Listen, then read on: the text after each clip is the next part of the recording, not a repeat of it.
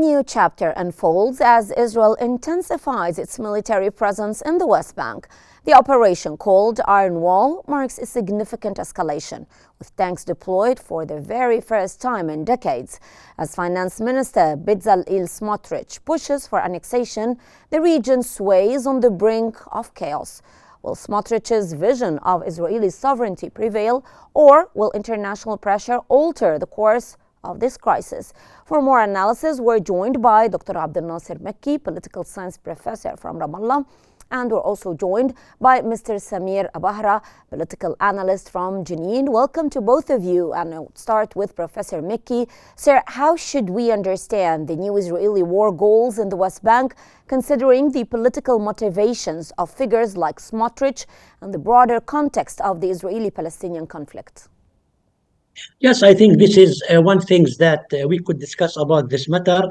As you know, the last month, on 19th of the last month, the cabinet meeting in the Israeli government, as you know, when they decided for the first stage of agreement in Gaza, as the Smotrich was, hesitated, and he also was refused for this, the agreement. So Netanyahu told him that he could go ahead with what he is planning in the West Bank. And also after that, that he was encouraging by Netanyahu, and also at the same time, he was encouraging by the statement from the Trump when he said about that for Gaza, for displacement of the people there, and also at the same time for West Bank, when he said, yeah, if the annexation will be successful in West Bank, he said, okay, yeah, you could go ahead with this.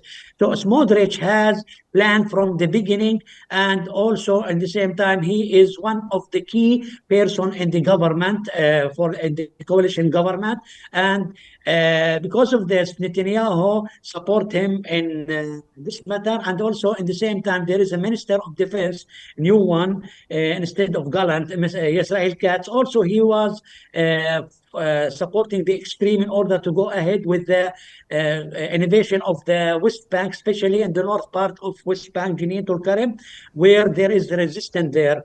So because of this, I think the Israeli government go there in order that they want to displace the people from the refugee camp in order to, that's eliminate the concepts of the right of return to the Palestinian in the refugee camp, destroy them, especially in Jenin Tulkarem and Al-Farah refugee camps. And after that, they will go ahead with all the refugee camp in the West Bank in order to eliminate all these refugee camps. This will influence on the Israeli-Palestinian conflict, especially, as you know, after the Oslo Accord 1993, there is agreement between the between the Palestinian Liberation Organization and between Israeli government, and after that, the establishment of the Palestinian National Authority, which had their authority under the Area A and some B, but for Area C, it was under the jurisdiction of the Israeli government. So after that, as you know, I will not go ahead with the history, but when we talk about today, what is happening in the north part of West Bank, we could say that the Israeli government is not interested with going with the peace process, and also in the same time they are not. They have their agenda, which is to eliminate the refugee camps and also displace the people there. And they have their agenda and planning to annexation or combination of the West Bank. This is their plan, and this is what they are thinking. And Yes. according to Katz, he said that they will stay for a long time in the north part of that's West Bank, and the first time that they used the tank before 20 years. So it's something dangerous and seriously will affect on the region. Okay. Mr. Abahra, how has the shift in Israeli war policy since the Gaza ceasefire dramatically shaken up the situation in the West Bank?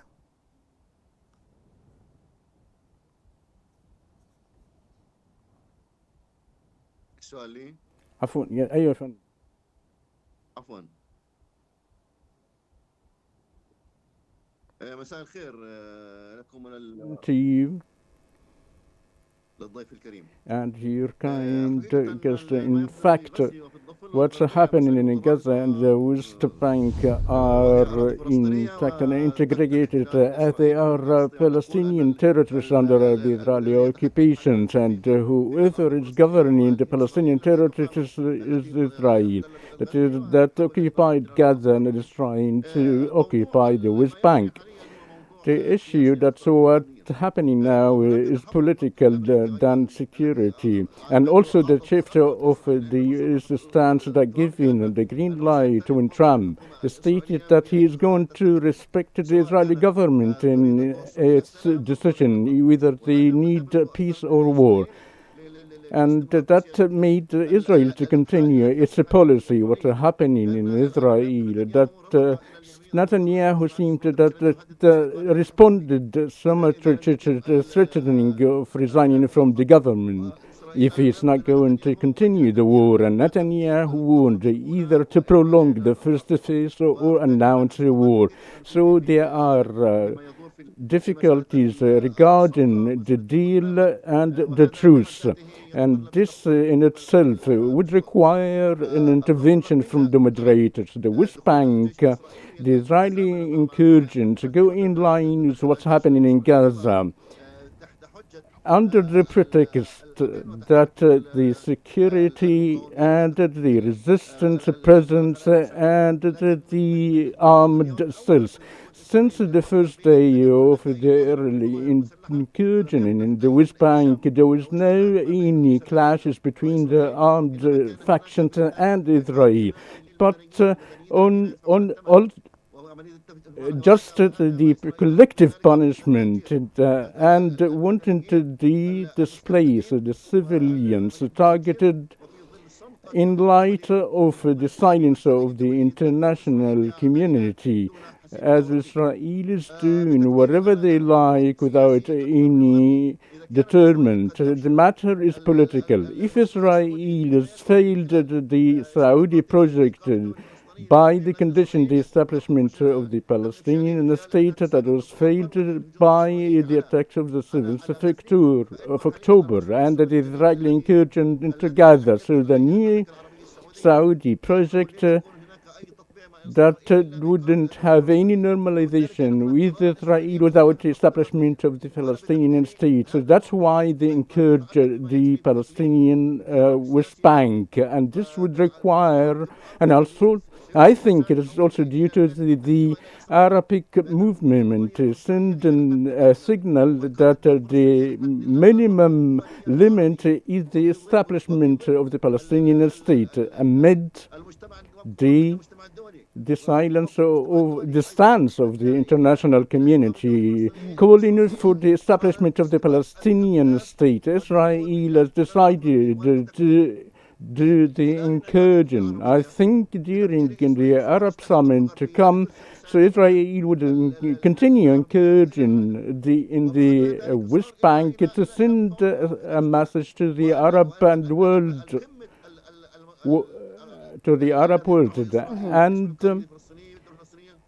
the cause for the Palestinian due to Israel is a self-determination following the displacement and cannot be in the Palestine, and what is left from the Palestinian people in the West Bank, therefore that will be like a self-governance. This is the Palestinian feeling of for the Palestinian. This is what the Israelis say. Professor Makki, how does Smotrich's stated goal for 2025 to demolish more Palestinian structures than are built in the West Bank actually reflect a broader strategy of Israeli aggression and displacement?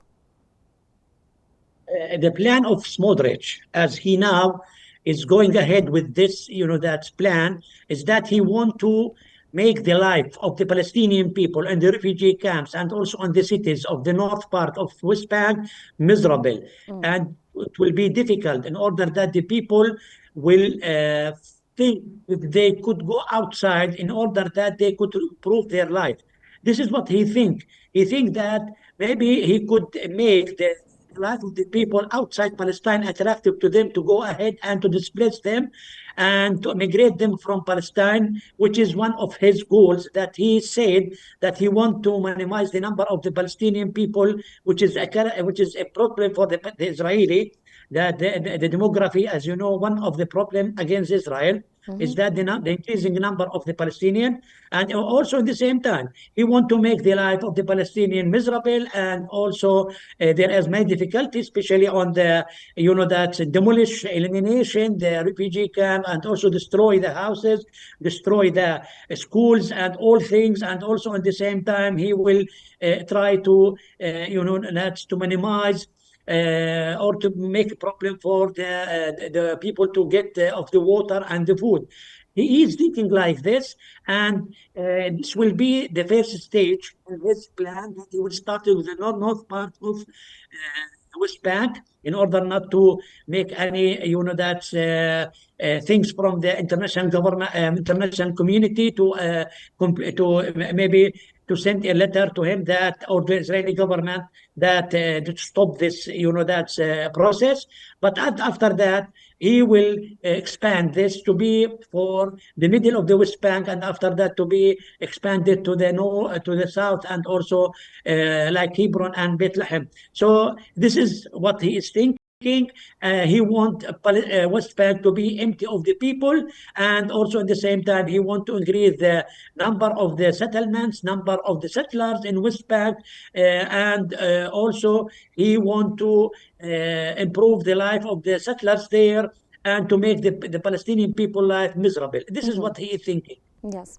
Mr. Abahra, what role does the Israeli finance minister play in shaping military policies?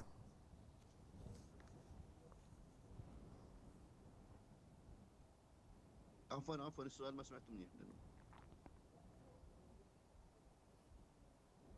I was asking you, Mr. Abahra, what role does the Israeli finance minister play in shaping the military policies? Smitrish, it seems like it's the one that's governing the Israeli policy, and to provide a safe network for Netanyahu without the fall of the government. If he withdraws from the government will fall. So that's why Netanyahu is very strict with them to provide a safety network. Smotrich is the mastermind of the displacement process of the West Bank, and push forward to occupy the West Bank. Therefore, Netanyahu has to respond, otherwise he will go out of the government. In a way, there is a pressure internally, and practically Netanyahu wishes to continue the war and refused the agreement through the Israeli pressure of the necessity of releasing the Israeli captives in Hamas. So Netanyahu wants to circumvent and evade his position as the Israel is having a threat by the armed factions, and that led to the bombs and of the buses, and it is some sort of a pretext to extract it at the Israeli street to support him for the Israeli government. If the elections took place, the government, Netanyahu will fall and will have problems in forming the government. Professor Makki, what are the potential implications of the changing U.S. policy parameters towards the West Bank? I think this is important issues that the United States of America in the Biden, that administration was not like this. It was like working as between the Palestinian and the Israeli, and they are believing with maybe those two-state solution, but after a while the Trump administration is not like this. The Trump administration, as you know, in his first, that election in 2016, he was one of the supporters of Israeli to move the embassy to Jerusalem, and also at the same time, he was supporting Israel.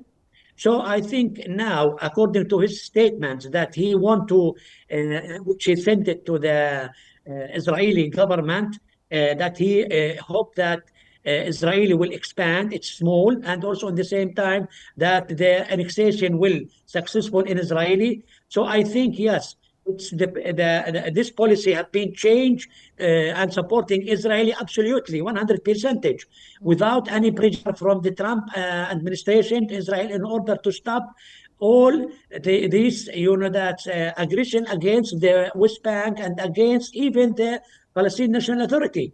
And he is not believing with even with the peace process, which also occurred.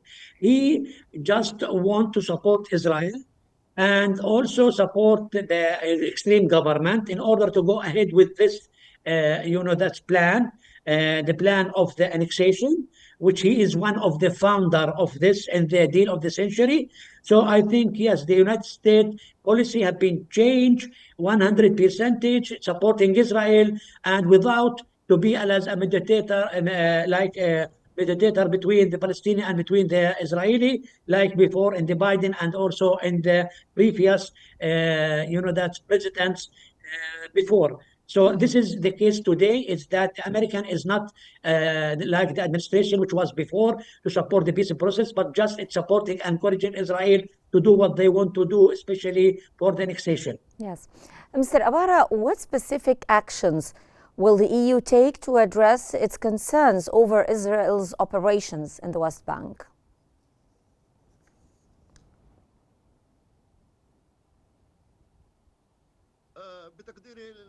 I think the United States wouldn't give a clear stance up till now, not condemning the Israeli operations and requested for self-discipline. I think that there are some shifts in the American stances by the announcement of Trump that he would commit to the decision of the Israeli government taken by signatures of the extremists in the government.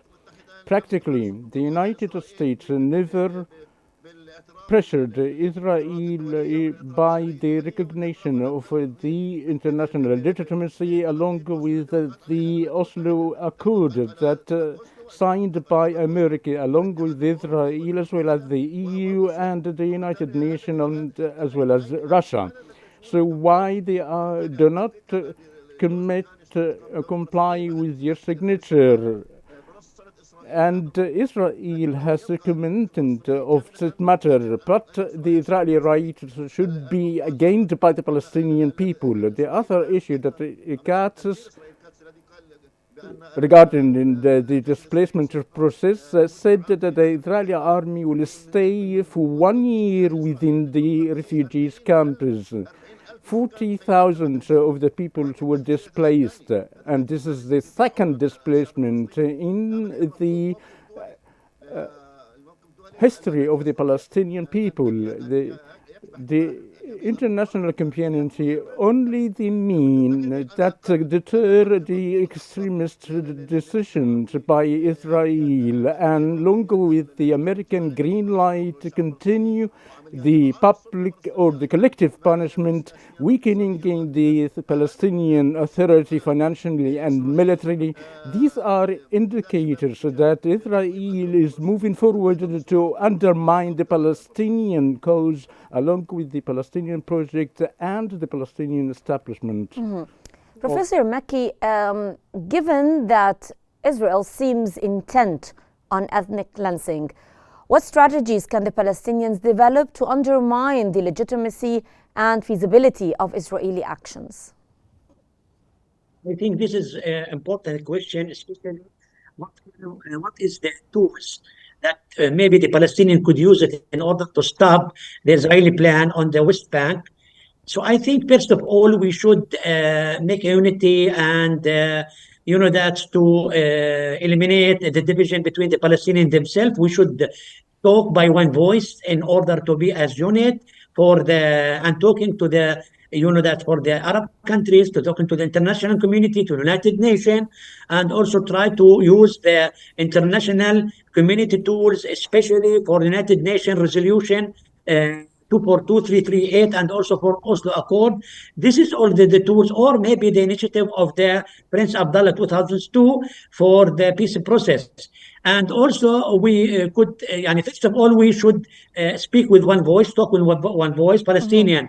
There's no any division. This is one important, that step. The other step is that we should also talk to the Arab countries to be as responsible about what is happening in the West Bank and the Arab Summit into the 4th of next month. Also, the Palestinians should send should be there and send a strong message with one voice that they against what is happening in the West Yes. Bank and in Gaza. I get This your is point. the- I get your point. Yeah. Thank you very much. That was Dr. Abdel Nasser Makki, political science professor, and Mr. Samir Abahra, political analyst. Thank you very much, both of you, for your valuable insights.